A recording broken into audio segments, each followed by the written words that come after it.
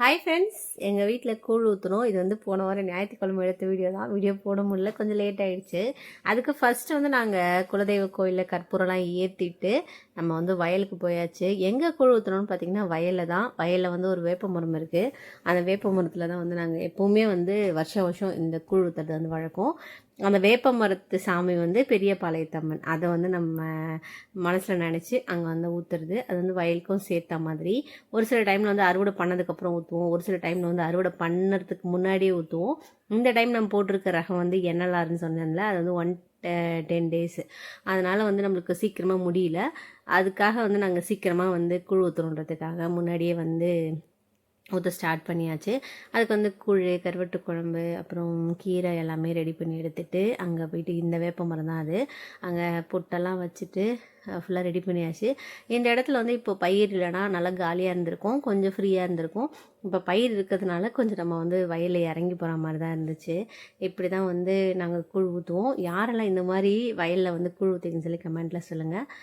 அப்படியே 3 பேருக்கு வந்து கூழ் ஊற்றிட்டு ஃபஸ்ட்டு முன்னாடி பின்னாடின்னு சொல்லுவாங்க, அதை 3 டைம் கீழே விட்டுட்டு அதுக்கப்புறம் வந்து கூழ் குடிக்க ஸ்டார்ட் பண்ணுவாங்க. வயலில் குடிக்கிறதுக்கு சொல்ல வேணாம், சூப்பராக இருக்கும். எல்லாருமே வந்து ஜாலியாக கூழ் குடிச்சிருந்தாங்க. எனக்கு தான் வந்து அந்த இது கூழ் குடிக்க மாட்டேன் நான். அதனால் நான் என்ன பண்ணேன், இவங்களாம் குடிக்கும்போது எனக்கு வந்து ரொம்ப ஆசையாக இருந்துச்சு.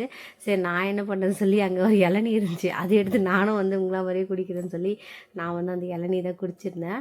கருவட்டு குழம்பும் நான் வந்து அன்றைக்கி சாப்பிட மாட்டேன். அதுக்கப்புறம் என்னடா இது நமக்கு சாப்பிட்றதுக்கு எதுவுமே இல்லைன்னு சொல்லிட்டு அப்புறம் வெறும் கீரையும் அப்புறம் வந்து இளநீ மட்டும்தான் நான் வந்து குடிச்சிருந்தேன். அவ்வளோதான். இப்படி தான் வந்து நாங்கள் கூழ் ஊற்றுவோம். எல்லாருக்குமே கூழ் ஊற்றி கொடுத்துட்டு அப்படியே கருவட்டு குழம்பு எல்லாமே ஊற்றியாச்சு.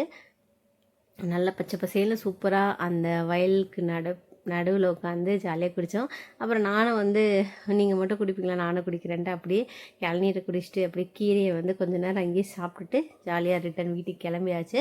ஒரு 1 hour வந்து ஜாலியாக இருந்துச்சு வயலில். அப்புறம் நான் என்ன பண்ணேன்னா, அந்த காலியான அந்த பாத்திரம் எல்லாத்தையும் எடுத்துகிட்டு கிளம்புனேன்.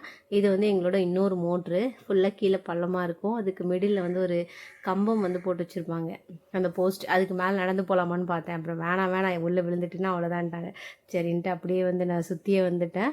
எனக்கு என்ன ஒரு ஆசைனா, ஒரு சாகசம் பண்ணுற மாதிரி நம்ம போகலாம் அப்படின்னு நினச்சேன். கடைசியில் வந்து வேணான்ட்டாங்க. அப்புறம் அப்படியே கிளம்பி வீட்டுக்கு வந்தாச்சு.